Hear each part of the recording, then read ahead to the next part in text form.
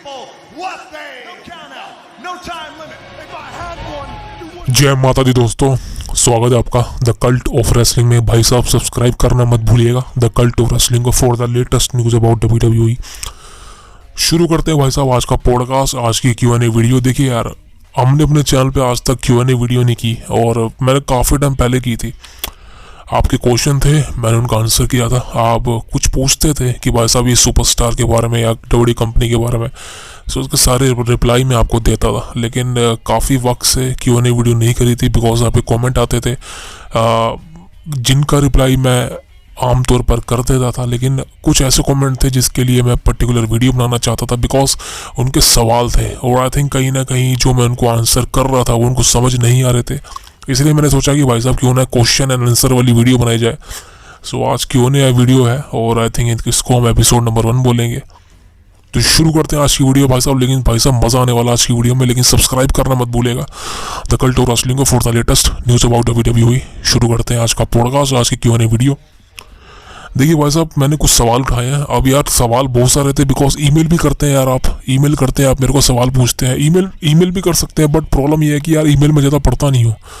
तो आप मुझे कमेंट कीजिए, कमेंट करा कीजिए, मैं साथ के साथ रिप्लाई कर दिया करूँगा। अगर पर्टिकुलर वीडियो बनवाने को बोलोगे भाई वो भी बना देंगे यार, आपके लिए कुछ भी कर सकते हैं। आप सब्सक्राइबर हो हमारे, नहीं हो तो भाई से सब्सक्राइब कर दीजिए और सब्सक्राइबर बन जाइए इस बंदे के भाई साहब। कल्ट और रेसलिंग में आपको कमाल की न्यूज़ मिलेगी। सो सबसे पहला सवाल अगर मैं उठाऊँ भाई साहब, सबसे पहला सवाल ये सबसे ज़्यादा बार पूछा गया है और आई थिंक कहीं ना कहीं मुझे पता था पूछेंगे, ये है कि ब्रॉक लेसनर का रिटर्न भाई साहब कब होगा।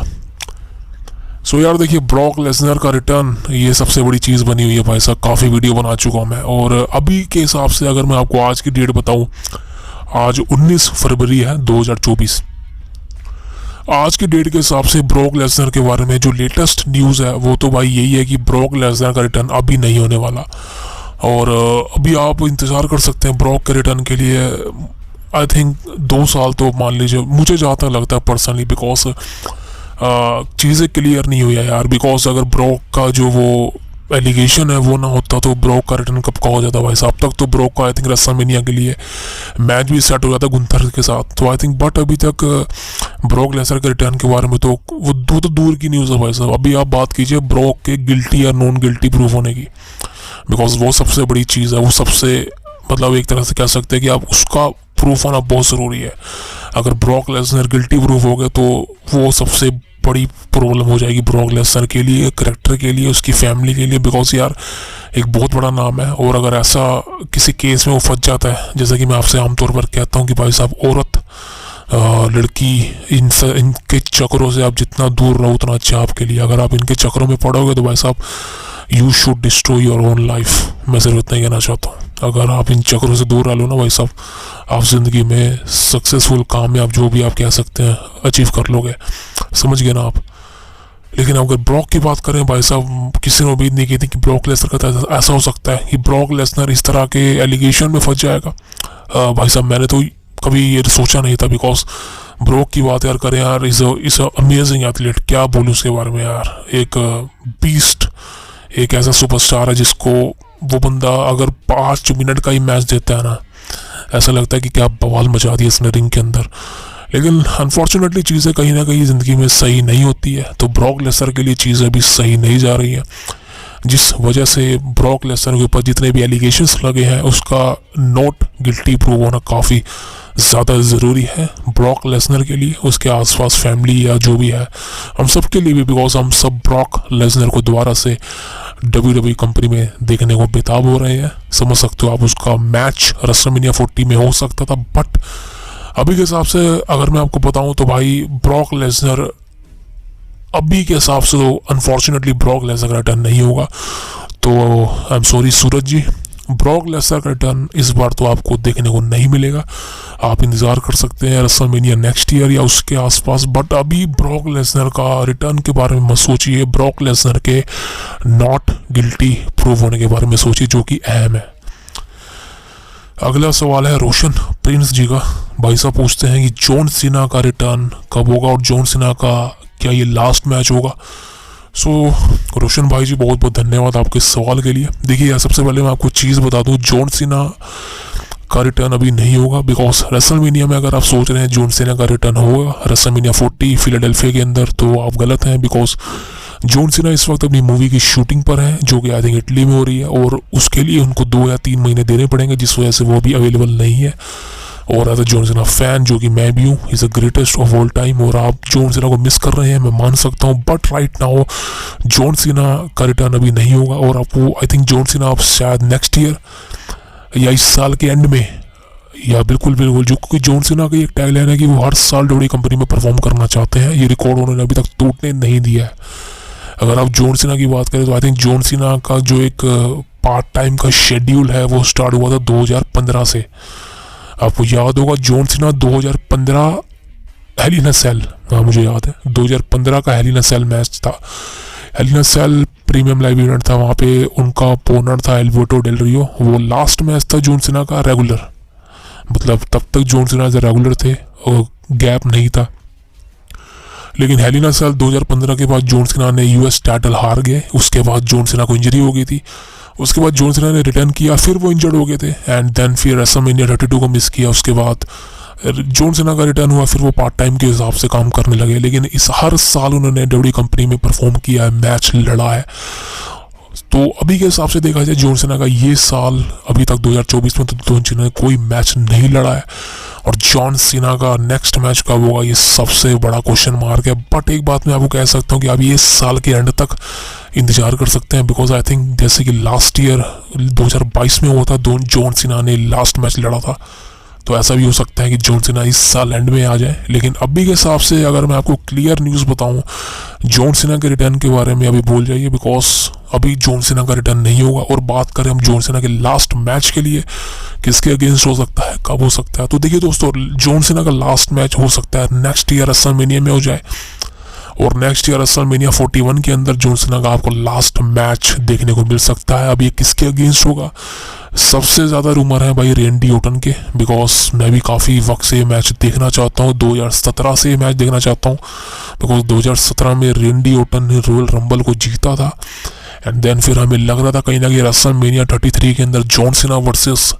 रेंडी ओटन फॉर द WWE चैंपियनशिप के बीच मैच देखने को मिलेगा। बट उस वक्त स्टोरी लाइन नहीं चली, लेकिन अब ये मैच जॉन सीना ने, मतलब जॉन सीना की तरफ से नहीं, सॉरी, रेंडी ओटन की तरफ से टीज किया गया है, और रेंडी ओटन ने कहा भी है कि भाई साहब वो जॉन सीना के साथ एक राइवलरी देना चाहता है, जो कि एक लास्ट राइवलरी होगी, और जॉन सीना को गुड बाय कहेंगे वो। और आई थिंक वही बनना चाहते हैं इंसान जो कि जॉन सीना को WWE कंपनी से फाइनली रिटायर करेगा। और आई थिंक रेंडी ओटन ने काफ़ी बार कहा है कि वो जॉन सीना को वन लास्ट टाइम फेस करना चाहते हैं, बिकॉज जॉन सीना रेंडी ओटन के one of the biggest rival रहे हैं, ये आप सब जानते हैं।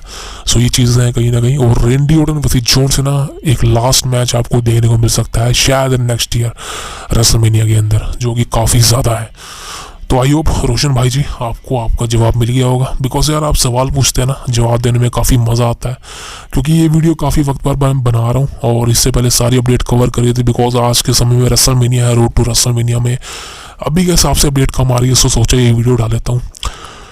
सो दोस्तों अगला सवाल है भाई साहब नीरज शर्मा जी। नीरज शर्मा जी क्या पूछते हैं भाई साहब हमसे, नीरज शर्मा जी पूछते हैं रेसलमेनिया 41 की लोकेशन क्या होगी, रेसलमेनिया 41 लोकेशन प्रॉब्लम। हाँ तो नीरज भाई जी धन्यवाद आपके सवाल के लिए। अब रेसलमेनिया 41 की लोकेशन मैं बता चुका हूँ, ये है मिनियापोलिस मिनेसोटा, जो कि ब्रॉक लेसनर का होम टाउन है। और अभी के हिसाब से देखा जाए तो कहीं ना कहीं 2 या 3 दिन पहले न्यूज़ आई थी कि रेसलमेनिया 41 मिनियापोलिस से चेंज हो सकती है, और कहीं ना कहीं लास वेगस में हो सकती है, समझ सकते हो आप।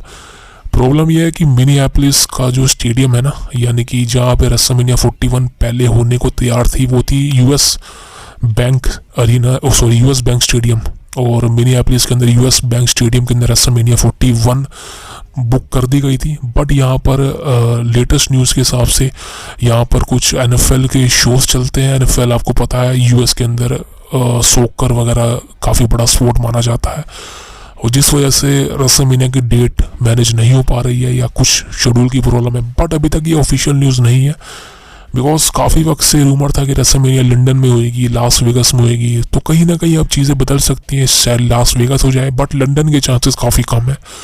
लेकिन अभी बता दो दोस्तों, रेसलमेनिया 41 2015 से मिनियापोलिस में होने को तैयार थी, बट ये टलती गई, डिले होती गई, वक्त पे डिले होती गई। बट अब रेसलमेनिया 41 की लोकेशन तो कि मिनियापोलिस थी, बट राइट नाउ ये चेंज हो सकती है to Las Vegas.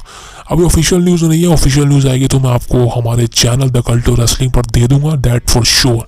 So please subscribe कर लीजिए नीरज भाई जी। तो अगला सवाल लेते हैं अमन गर्ग जी का। अमन भाई जी क्या पूछते हैं? अमन भाई जी पूछते हैं कि रोमन रेंग्स क्या रिटेन करेगा रेसलमेनिया में अपना टाइटल? सो अमन भाई जी धन्यवाद आपके सवाल के लिए।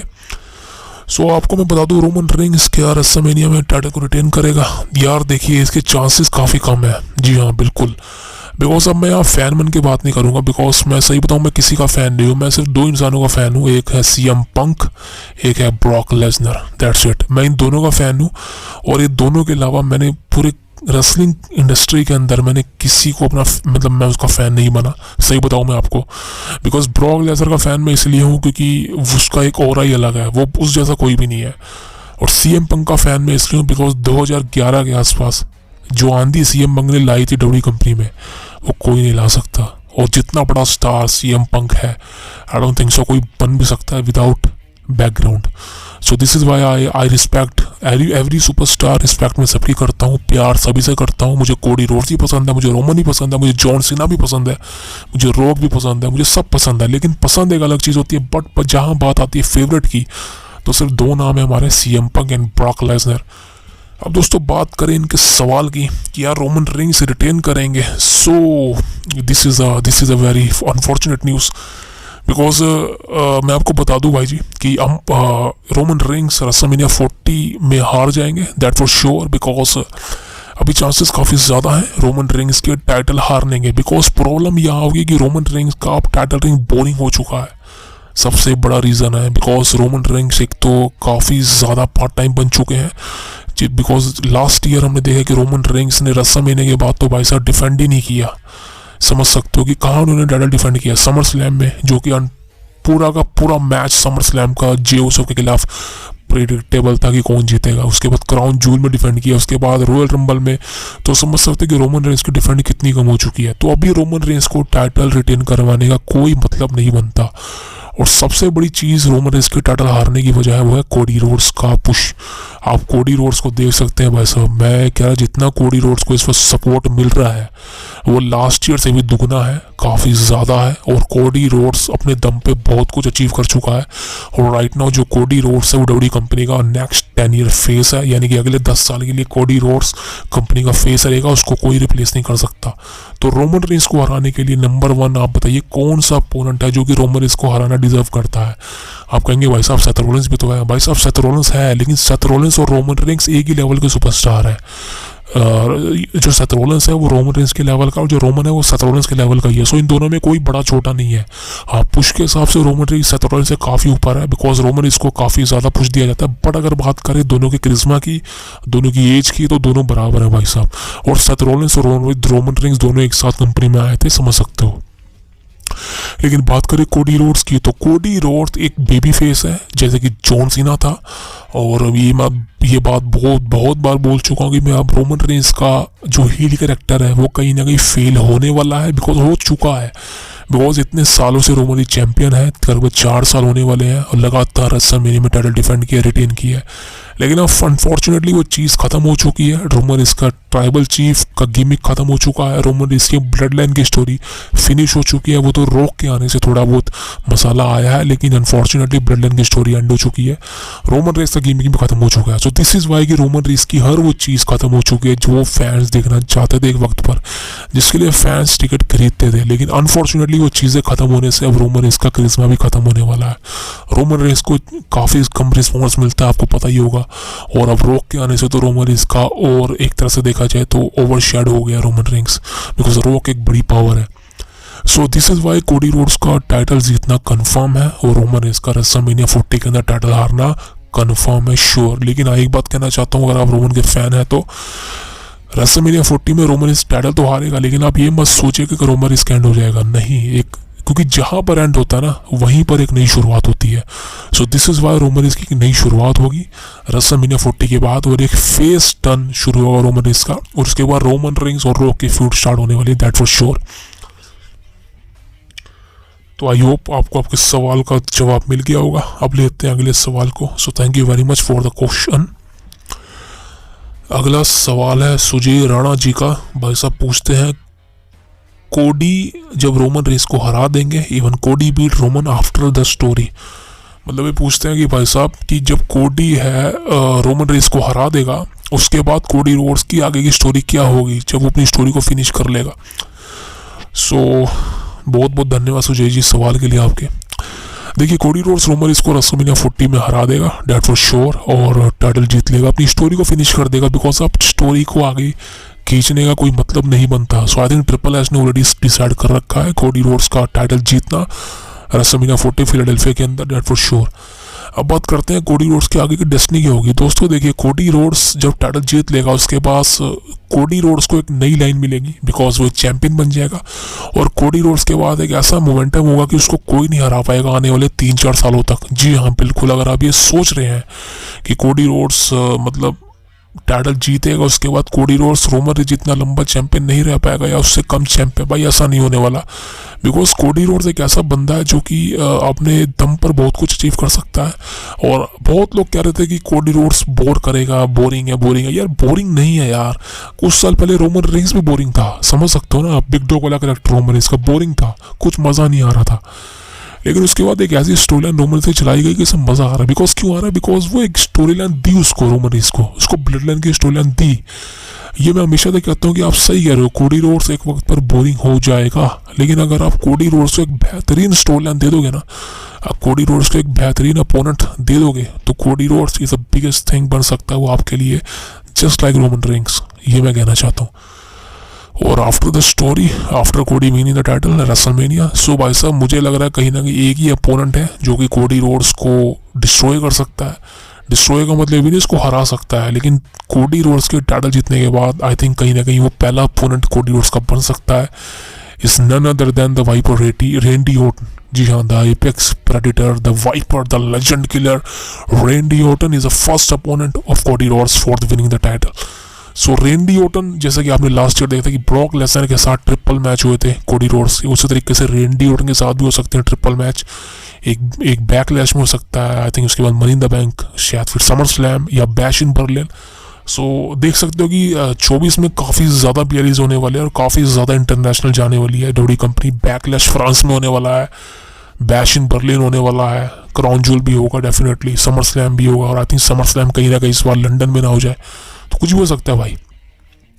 सो 2024 में काफ़ी बड़े इवेंट है, और डब्ल्यूडब्ल्यूई कंपनी को ज़रूरत पड़ेगी कि वो डब्ल्यूडब्ल्यूई कंपनी 2024 में काफ़ी कमाल की स्टोरी लाइन बनाए, बिकॉज रॉक और रोमन की स्टोरी लाइन तो बनेगी, लेकिन दूसरी तरफ कोडी रोड्स और रेंडी ऑर्टन की परफेक्ट स्टोरी बन सकती है। सो मुझे लगता है कहीं ना कहीं तो सुजय जी कोडी रोमन इसको हराने के बाद I think रेंडी Orton versus Cody Rhodes की प्लान हो सकते हैं, जो कि डब्ल्यूडब्ल्यूई कंपनी आई थिंक सोच रही होगी या फिर वो सर्कुलेट कर सकती है। That is why. So thank you for your question. अगला सवाल है आशीष मेहरा जी का। ये भाई जी पूछते हैं कि विंस मैकमैन क्या कभी डब्ल्यूडब्ल्यूई कंपनी में रिटर्न करेंगे? क्या विंस मैकमैन रिटर्न करने वाले हैं? यार आशीष भाई जी, सबसे पहले तो धन्यवाद आपके सवाल के लिए, लेकिन भाई साहब मैं ये पूछना चाहता हूँ कि आप ये सवाल क्यों पूछ रहे हैं यार? अगर मान लो विंस मैकमैन रिटर्न करेगा अभी, तो आप क्या करोगे उसको देख के? क्या करोगे आप बताओ उसको देख के? विंस मैकमैन को कौन देखना चाहता है आज के समय में? क्या करेगा वो बताओ? वो बड़ा क्या करेगा है? सो आई एम सॉरी, बट आप क्या करोगे देख के उसको? अगर वो रिटर्न करता भी है तो किसी को क्या फ़र्क पड़ता है विंस मैकमैन आए ना आए, समझ रहे हो?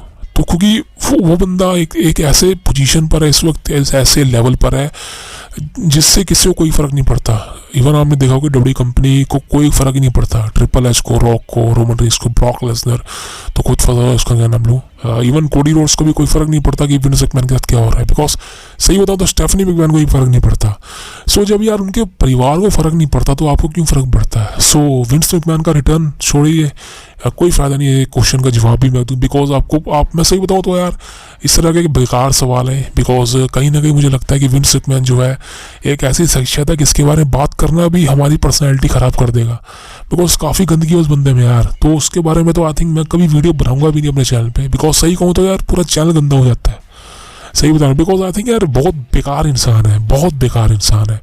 कभी रोस्ट वीडियो का मन हुआ तो बनाऊंगा उसके ऊपर में, लेकिन भाई साहब पर्सनली मैं तो कभी देखना नहीं चाहता विंस मैकमैन का रिटर्न। आप बताइए, अब मुझे नहीं पता कि आप क्यों देखना चाहते हैं। सो बट अगर सॉरी मैं कुछ ज़्यादा बोल गया तो बट विंस मैकमैन का रिटर्न कभी भी नहीं होगा डब्ल्यूडब्ल्यूई कंपनी में, that for sure. I think WWE company में वो पब्लिक प्लेटफॉर्म पे ही नहीं आ सकता, उसको जूते पड़ेंगे, उसको जूते जूते जूते ऐसे समझ सकते हो आप। So thank you for your question.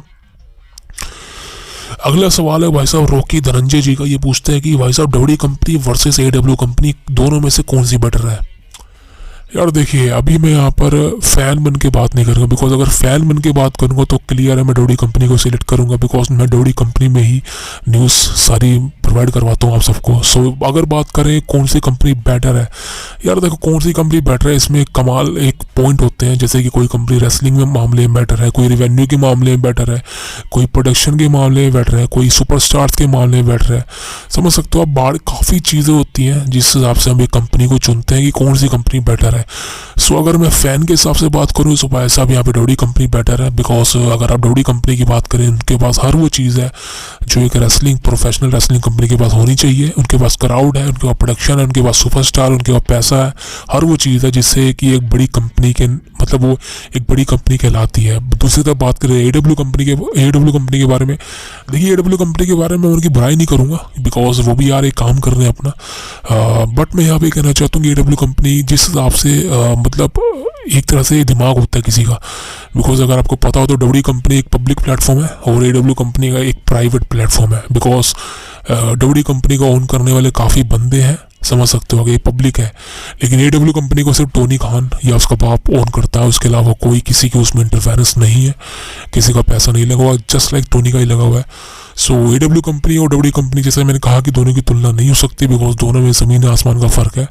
लेकिन अगर बात करें एडब्ल्यू कंपनी की तो एडब्ल्यू कंपनी सिर्फ रेसलिंग पर ध्यान देती है, जो कि कहीं ना कहीं प्रॉब्लम है उनके लिए, बिकॉज यार आप रेसलिंग देखने कौन आएगा। रेसलिंग तो आप कहीं भी देख सकते हैं, किसी को मारपीट कर सकते हैं, लेकिन आप जब तक उस रेसलिंग के अंदर एक बढ़िया स्टोरी नहीं होगी मज़ा नहीं आएगा। आप एक फिल्म देखने जाते हैं थिएटर में, आप क्यों देखने जाते हैं, बिकॉज उसमें एक कमाल की स्टोरी होती है, लेकिन एक सिर्फ एक फाइटिंग की आप फिल्म देखने थोड़ा जाएंगे कि आपको फाइट देखनी है, वो तो आप कहीं भी देख सकते हैं, समझ सकते हो ना। क्योंकि बेमतलब की स्टोरी लाइन बेमतलब की फिल्म जैसी जो एग्जांपल दूँ मैं वो एडब्ल्यू कंपनी है, बिकॉज वो बिना मतलब की रेसलिंग करवाती है, कोई दोनों सुपरस्टार का लेना देना नहीं, फिर रेसलिंग करवाती है।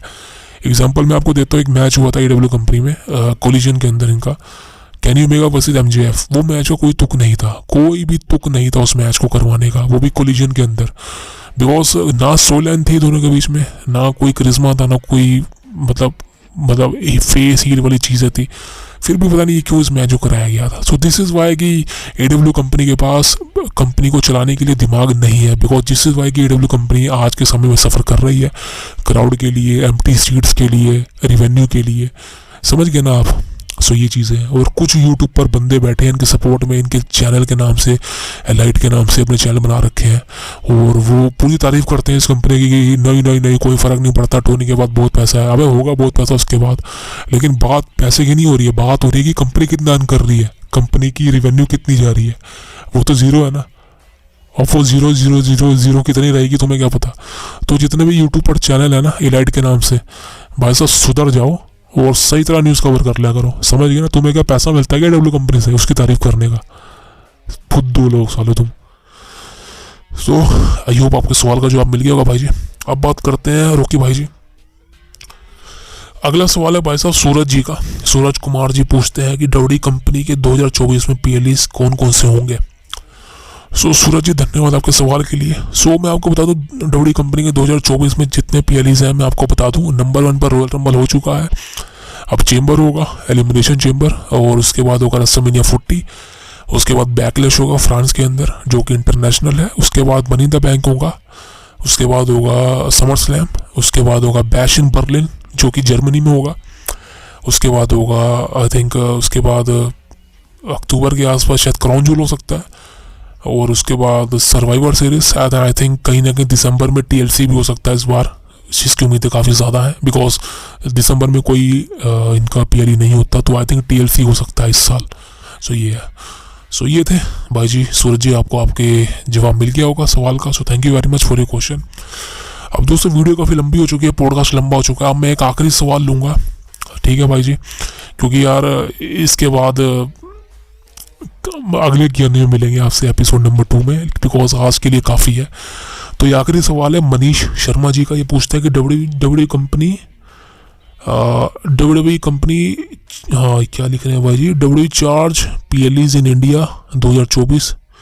तो इनका सिंपल सा क्वेश्चन है कि डब्ल्यू कंपनी जैसे जो PLEs होते हैं, जैसे मैंने कि काफ़ी टाइम पहले वीडियो बनाई थी कि डब्ल्यू कंपनी के जो है टीवी डील चेंज हो रही है हर लोकेशन के अंदर, हर कंट्री के अंदर, तो क्या इंडिया पे इसका इम्पैक्ट पड़ेगा? बिकॉज काफ़ी वक्त पहले बताया था कि सारे प्रीमियम लाइव इवेंट्स पीकॉक पर जा सकते हैं, नेटफ्लिक्स पर रो आएगा, स्मैकडाउन भी जा सकता है कहीं, तो इंडिया में क्या फ़र्क पड़ेगा, लाइव आएगा या नहीं? सब दरअसल सवाल वो है इनका मनीष जी का। तो मनीष जी आपको जवाब देता हूँ मैं। देखिए 2024 में तो कोई दिक्कत नहीं आएगी जहाँ तक मेरे को लगता है, बिकॉज मैं आपको बताऊँ तो इस बारे में मैं वीडियो बनाऊंगा। मैं सोच रहा था काफ़ी वक्त से कि नेटफ्लिक्स पे वीडियो बनाऊँ, नेटफ्लिक्स और डब्ल्यू कंपनी की जो भी इनकी पार्टनरशिप है उसके बारे में वीडियो बनाऊँ, और सारा इम्पैक्ट क्या पड़ेगा उसका इंडिया के अंदर टेलीकास्ट में, टीवी डील में, सब कुछ बनाऊँ, सोनी लिव के साथ क्या फ़र्क पड़ेगा। बट अगर मैं बात करूँ 2024 की, तो आप मनीष जी बेफिक्र होकर 2024 में जितने भी सारे प्रीमियम लाइव इवेंट्स है डब्ल्यू कंपनी में उसको देख सकते हैं, एंजॉय कर सकते हैं बिना पैसे दिए, मतलब बिना सब्सक्रिप्शन लिए। हाँ समझ गए ना? तो सब्सक्रिप्शन तो वहाँ पर फ्री है, लेकिन भाई साहब हमारी तो उससे भी ज़्यादा फ्री है। तो मनीष भाई जी हमारे चैनल को भी सब्सक्राइब कर लीजिए, द कल्ट ऑफ रेसलिंग को। भाई जी मुझे लग रहा है आपने कर लिया होगा, और आपकी तरह जितने भी लोग हमारे इस वीडियो को देख रहे हैं भाई साहब शुक्रिया, और आप सब ने मानता हूँ कि सब्सक्राइब कर लिया होगा द कल्ट ऑफ रेसलिंग को for the latest news about WWE। उम्मीद है दोस्तों आप सबको आपके आज के सवाल का जवाब मिल गया होगा, और काफ़ी ज़्यादा क्वेश्चन पड़े हैं पेंडिंग, सॉरी मैं आपको जवाब नहीं दे पाया और सवालों के, बट मैं कोशिश करूँगा कि मैं आपको जल्द से जल्द सवाल का जवाब दूँ, आप कमेंट में दूँ या रिप्लाई करूँ मेल के। बट ये इतने सवाल थे मैंने उठाए, लेकिन अगली वीडियो में और सवाल उठाऊंगा। और अगर आप चाहते हैं कि आपके सवाल भी हमारी वीडियो में आए तो आप कमेंट कीजिए और सवाल पूछिए मुझसे, जो भी सवाल पूछेंगे जवाब मिल जाएंगे दोस्तों। So thank you very much, जय माता दी, कल मिलते हैं।